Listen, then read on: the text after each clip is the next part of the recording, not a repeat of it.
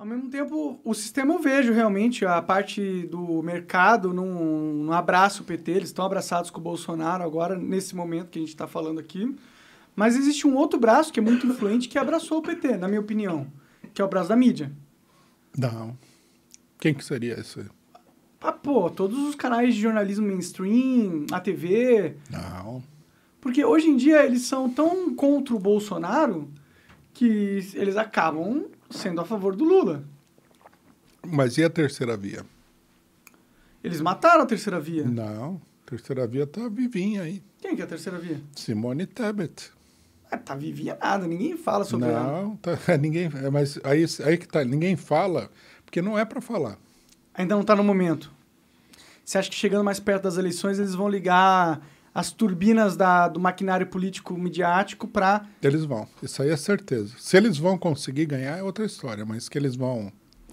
Eles têm essa jogada, eles têm. Mas aí eu acho que eles estão sendo meio burros, né?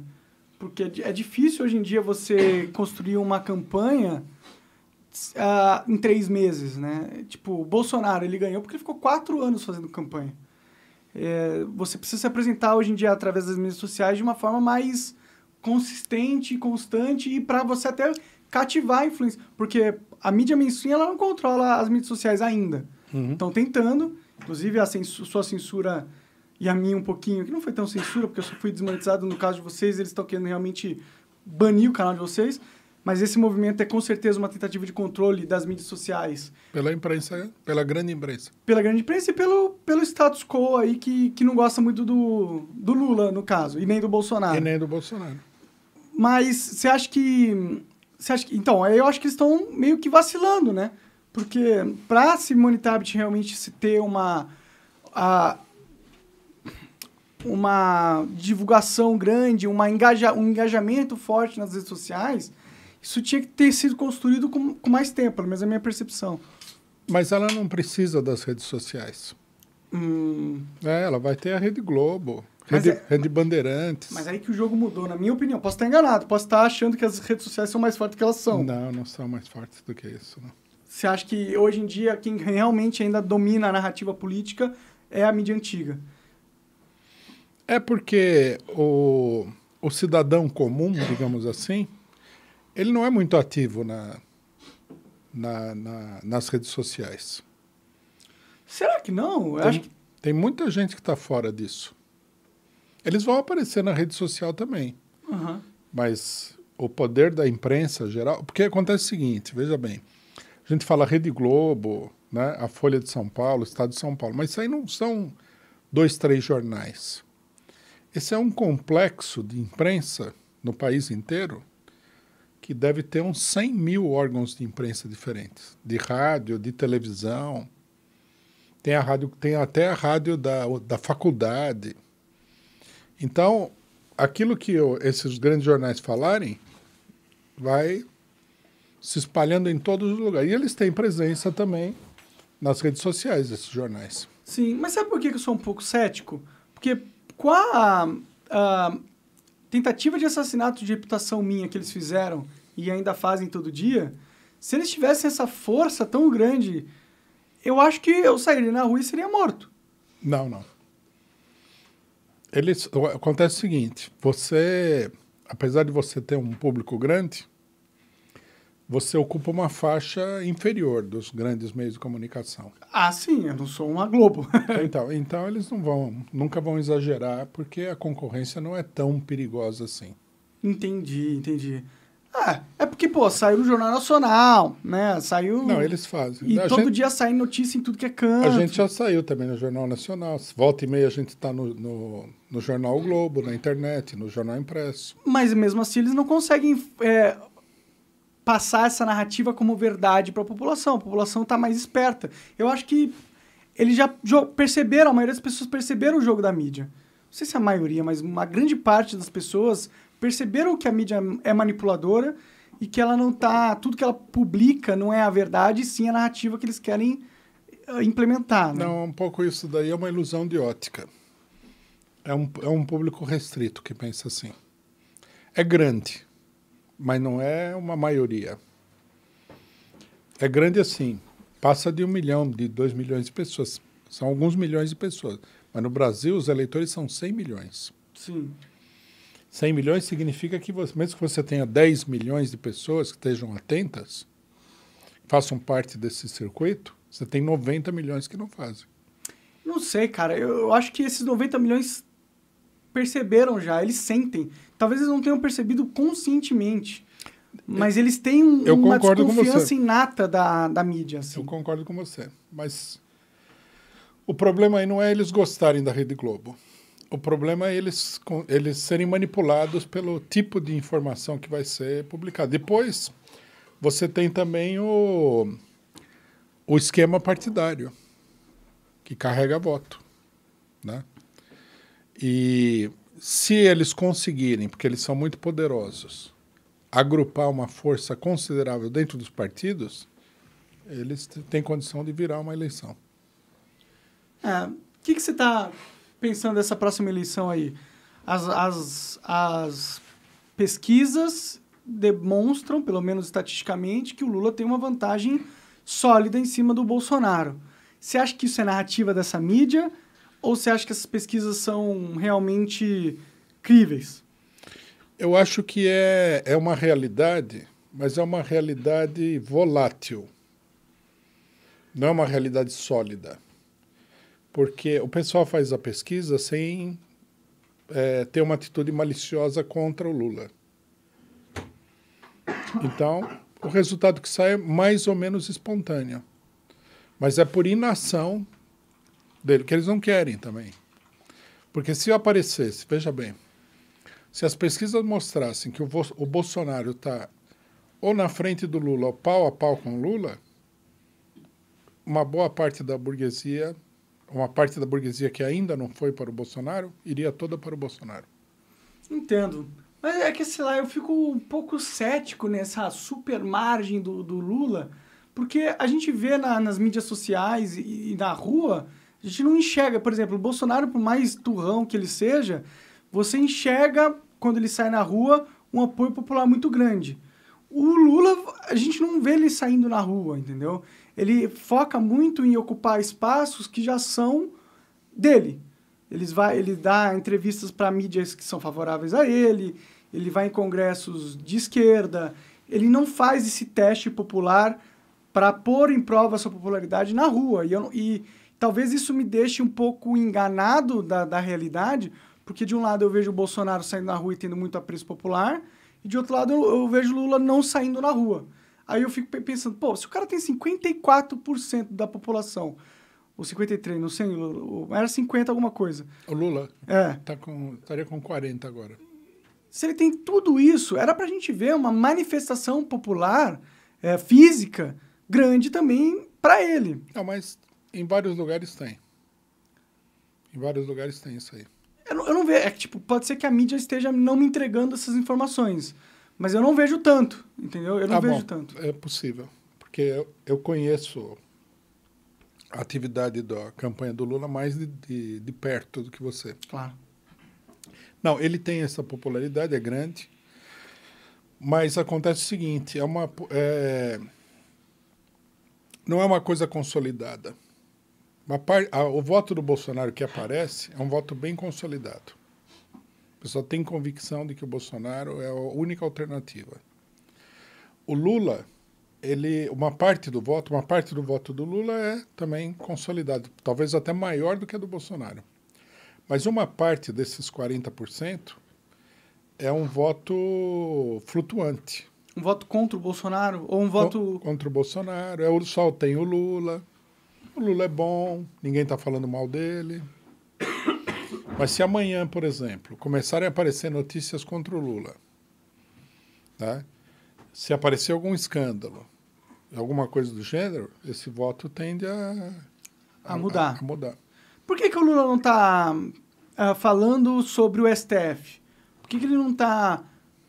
o Lula, o PT não manifestou apoio ao PCO no momento em que vocês estão sendo censurados de uma maneira autoritária e ditatorial. Por que será? Por que eles não estão comprando a briga dos seus? Olha, nós não conversamos com o PT ainda sobre isso. Nós estamos procurando marcar uma reunião para conversar. Mas eu acho que tem dois problemas aí. Primeiro que o PT tem um pouco de medo de brigar com a mídia? Abraçar essa briga. Por que exatamente você acha? Porque pode se voltar contra eles. Eles se sentem, né?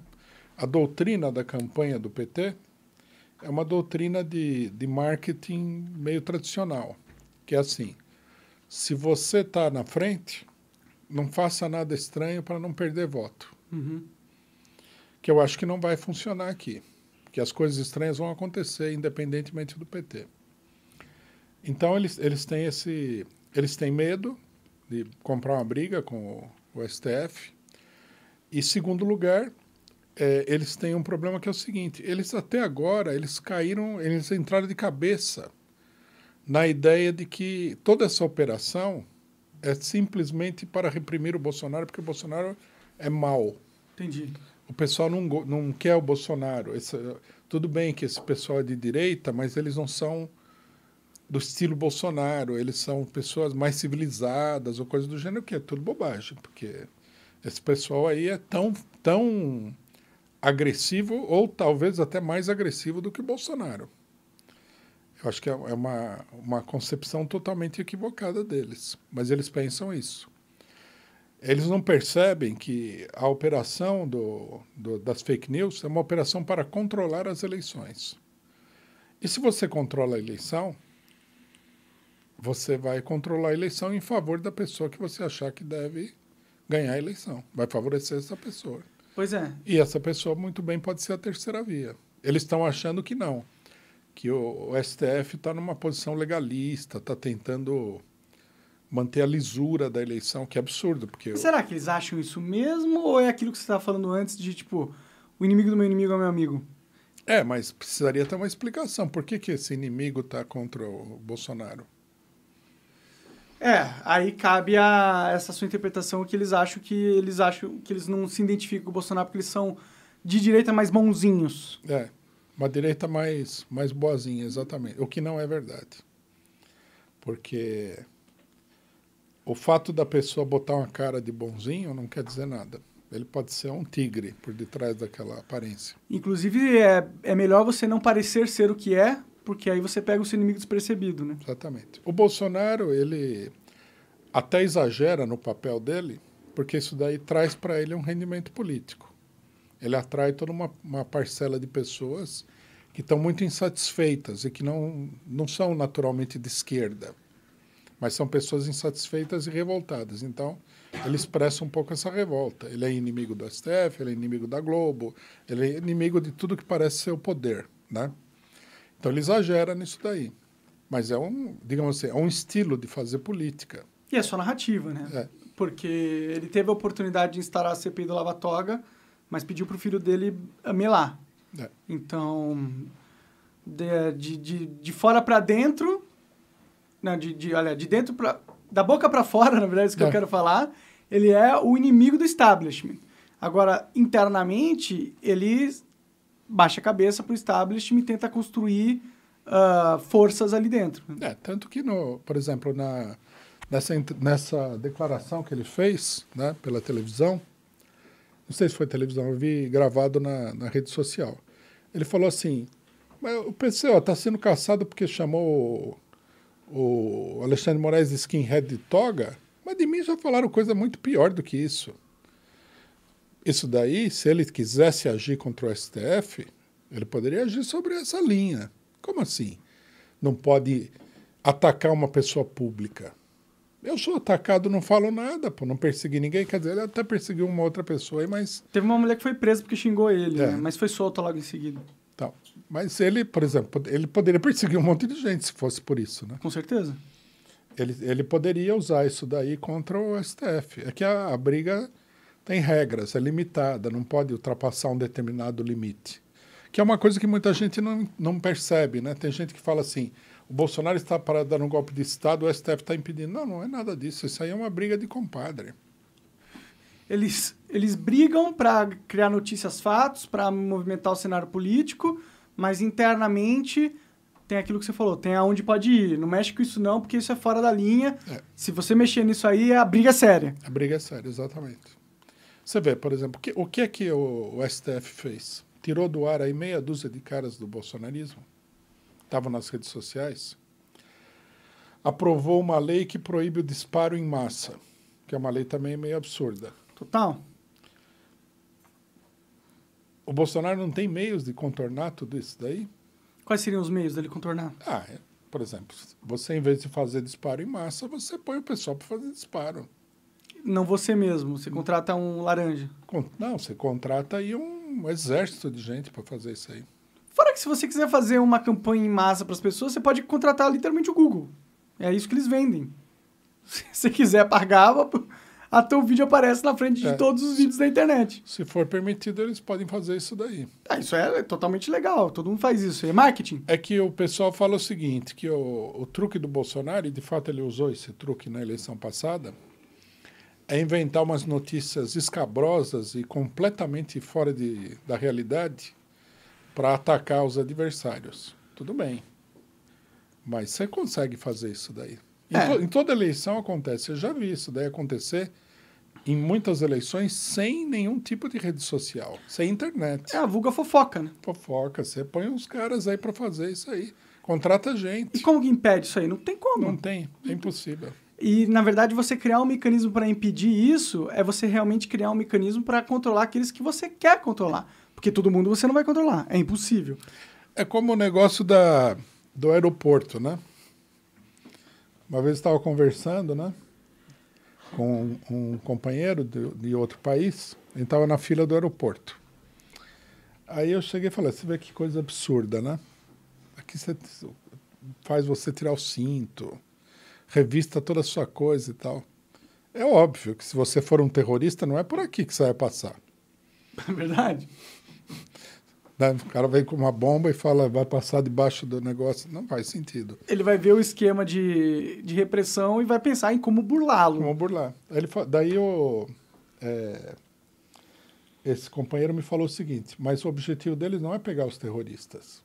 O objetivo deles é amedrontar os outros, para que ninguém tente nada estranho. Por exemplo, um cara que não é terrorista, mas que está desesperado, está meio louco, e decide fazer uma loucura dessa daí sem... Um homem comum. Sem planejamento. Perdeu o emprego, a mulher abandonou ele, levou os filhos, ele está desesperado, daí ele decide fazer uma loucura. Essa é a pessoa que eles querem impedir. Eles querem impedir o cidadão comum, não o terrorista.